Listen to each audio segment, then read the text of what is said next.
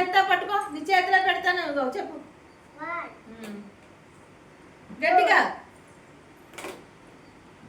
చూడండి, మీరు కూడా చెప్పాలి.